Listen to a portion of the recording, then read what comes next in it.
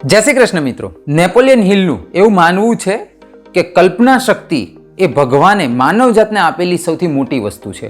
કેમ કે આ દુનિયામાં દરેક વસ્તુ બે વખત થાય છે. પહેલી વખત કલ્પના શક્તિમાં અને બાદમાં તે જ વસ્તુ વાસ્તવિકતામાં. હું છું પ્રોફેસર પુનિત પટેલ અને હવે તમે જોઈ રહ્યા છો પુસ્તકની વાતો આપણી માતૃભાષામાં. આજે હું તમારી સાથે જે પુસ્તકની વાત કરવાનો છું તે પુસ્તકનું નામ છે psychology of selling by Brian Tracy. જો બ્રાયન ટ્રેસીની વાત કરીએ તો બ્રાયન ટ્રેસી એ વિશ્વના વિશ્વવિખ્યાત લેખકોમાંના એક છે કે જેમણે ફોકસ, ગોલ જેવા ખૂબ જ સુંદર પુસ્તકો લખ્યા છે.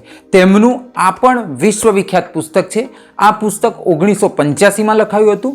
આ પુસ્તકની ગુજરાતી આવૃત્તિ પણ મળે છે અને આ પુસ્તકની 2 કરોડથી વધારે નકલો અલગ અલગ ભાષામાં અનુવાદ થઈને વેચાઈ ચૂકી છે. આ પુસ્તકમાં લેખક બ્રાયન ટ્રેસી કેવી રીતે આપણે વેચાણ કરવાની શક્તિ વધારી શકીએ તેની પર ખૂબ જ સુંદર રીતે વાત કહે છે. તો જો આ પુસ્તકની વાત કરીએ તો પુસ્તકમાં બ્રાયન ટ્રેસી 8 પ્રકરણમાં અને કુલ 233 પાનાની આસપાસ ખૂબ જ સુંદર રીતે સાયકોલોજી ઓફ સેલિંગની વાત કહે છે. તો જો પહેલા પ્રકરણની વાત કરીએ તો પહેલું પ્રકરણ છે એ છે કે વેચાણ એક આંતરિક રમત છે. આ પ્રકરણમાં લેખક બ્રાયન ટ્રેસી 80-20ના નિયમનો ઉપયોગ કરવાની વાત કહે છે. 80-20નો નિયમ કે જેને પરેટોનો સિદ્ધાંત પણ કહેવામાં આવે છે. અને થોડાક સમય પહેલા મેં પુસ્તકની વાતો આપણી માતૃભાષાના 66માં વિડીયોમાં આ 80-20ના નિયમની વિગતવાર વાત કરેલી છે.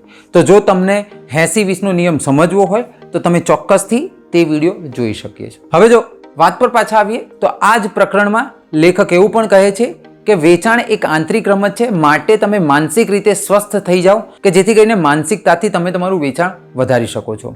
ત્યારબાદ લેખક એવું પણ કહે છે કે તમે હંમેશા વધારે મિત્રો બનાવો, હંમેશા વધારે લોકોને મળો કે જેથી કરીને તમારામાં આત્મવિશ્વાસ પણ વધશે. જો બીજા પ્રકરણની વાત કરીએ તો બીજા પ્રકરણમાં લેખક એવું કહે છે કે તમે વેચાણ કરવા માટે લક્ષ્યને બનાવો અને તે લક્ષ્યને મેળવવાનો પ્રયત્ન કરો. આ પ્રકરણમાં લેખક લક્ષ્યને બનાવવા અને લક્ષ્યને મેળવવા માટેની એક ટેકનિકની વાત કહે છે. લેખક એવું કહે છે કે તમે લાંબા ગાળાના લક્ષ્યને મેળવવા માટે ટૂંકા ગાળાના લક્ષ્ય બનાવો અને ટૂંકા ગાળાના લક્ષ્યો મેળવીને લાંબા ગાળાના લક્ષ્ય સુધી તમે પહોંચી શકો છો અને તમે તમારા વેચાણની ઉત્પાદકતા વધારી શકો એમ છો. જો ત્રીજા પ્રકરણની વાત કરીએ તો ત્રીજા પ્રકરણમાં લેખક એવું કહે છે કે લોકો શા માટે ખરીદે છે. તેના માટે લેખક વિગતવાર રીતે એ રીતે વાત કહે છે કે લેખક એવું કહે છે કે સૌથી પહેલા તમે લોકોની જરૂરિયાત સમજો અને લોકોને લાગણી સાથે સુરક્ષા પ્રદાન કરો. તમે હંમેશા તમારા ઉત્પાદનને લાગણીસભર વાતચીતમાં તેમને વેચાણ માટે પ્રોત્સાહિત કરો. કેમ કે જ્યારે પણ આપણે કોઈ લાગણી સાથે કોઈની પણ સાથે વાત કરીએ છીએ તો તે ગ્રાહક હંમેશા તે ઉત્પાદનને ખરીદવાની વિચારે જ છે. ચોથું પ્રકરણ છે તે છે કે તમે રચનાત્મક ટેકનિકનો ઉપયોગ કરો. આ પ્રકરણમાં લેખક ખૂબ જ સુંદર રીતે એ વાતને સમર્થન આપે છે કે સૌથી પહેલા તમે તમારા ઉત્પાદનના નવા ઉપયોગોને શોધો અને તેની વાત તમે તમારા કસ્ટમર એટલે કે ગ્રાહકને કરો. ત્યારબાદ તમે તમારા કસ્ટમર પાસેથી એટલે કે ગ્રાહક પાસેથી ફીડબેક લો અને તેમના ફીડબેકમાં એટલે કે સૂચનોને તમે પ્રાથમિકતા આપો અને ત્યારબાદ તમે તેમાં નાના મોટા ફેરબદલ પણ કરી શકો છો. જે પાંચમું છે તે છે તમે હંમેશા વધુ લોકોને મળો. લેખક આ પ્રકરણમાં લોકોની સાથે લાગણીનું આદાન પ્રદાન કરવા માટે પ્રોત્સાહિત કહે છે. કેમ કે જ્યારે કોઈ પણ ઉત્પાદન આપણે વેચાણ કરવું હોય તો સૌથી પહેલા આપણે લાગણીનું આદાન પ્રદાન કરવું પડે અને તેના માટે તમારે સૌથી વધારેમાં વધારે લોકોને મળવું જોઈએ. ત્યારબાદ લેખક એવું પણ કહે છે કે તમે ટેલિફોન કરતા તમે તે વ્યક્તિને રૂબરૂ મુલાકાત કરો. કેમ કે જ્યારે તમે તેની સાથે રૂબરૂ મુલાકાત કરશો ત્યારે તમે તેની સાથે લાગણીનું આદાન પ્રદાન કરી શકશો. તમે તમારા ઉત્પાદન વિશે સમજણ પાડો અને ત્યારબાદ તમે તે ગ્રાહક સાથે થોડાક ફેમિલી રિલેશન એટલે કે પારિવારિક સંબંધો કેળવવાનો પ્રયત્ન કરો. છઠ્ઠું છે તે છે કે તમે વેચાણ દરમિયાન તમે તમારા સૂચનો પણ આપો. તમે જ્યારે કોઈ પણ ગ્રાહકને તમારા ઉત્પાદનની વેચાણ માટે પ્રોત્સાહિત કરો છો ત્યારબાદ તમે તેમને તમારા સૂચનો આપો. મિત્રતાની દ્રષ્ટિએ તમારા સૂચનો આપો. કેમ કે તમે જ્યારે તેની સાથે લાગણીસભર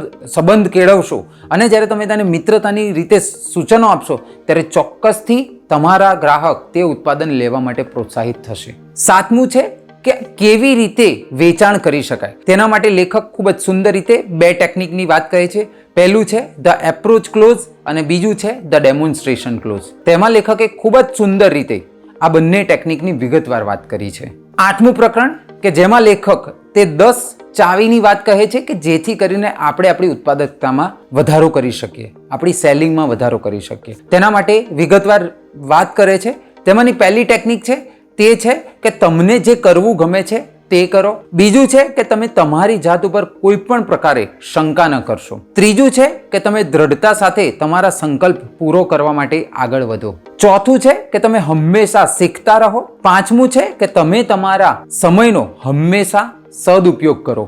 છઠ્ઠું છે કે તમે તમારા આગેવાન એટલે કે લીડરને અનુસરો. સાતમું છે કે કેરેક્ટર એટલે કે ચરિત્ર એ જ બધું છે. આઠમું છે કે તમે વેચાણ દરમિયાન તમારી સર્જનાત્મકતાનો ઉપયોગ કરો એટલે કે તમારી ટેલેન્ટનો ઉપયોગ કરો. નવમું છે કે તમે હંમેશા વધુમાં વધુ લોકો સાથે મિત્રતા કેળવો. અને 10મું છે તે છે હંમેશા પોતાનામાં સૌથી પહેલા ઇન્વેસ્ટ એટલે કે નિવેશ કરો. તમે સૌથી પહેલા પોતાનામાં રોકાણ કરો. આ એ 8 પ્રકરણ છે કે જેમાં લેખક બ્રાયન ટ્રેસીએ સાયકોલોજી ઓફ સેલિંગની વાત કહી છે. એટલે હું જો મારું અંગત મંતવ્ય આપું તો જો આપણે વેચાણ વૃત્તિ વધારવી હોય કે કેવી રીતે સારામાં સારું વેચાણ કરી શકીએ અથવા જે લોકો વેચાણ કરે છે તો એ કઈ માનસિકતાથી વેચાણ કરે છે તે સમજવું હોય તો તમારે આ પુસ્તક ચોક્કસથી વસાવવું જોઈએ અને વાંચવું જોઈએ. હું આશા રાખું છું કે તમને આ પુસ્તકની વાત આપણી માતૃભાષામાં રોચક અને માહિતીસભર લાગી હશે.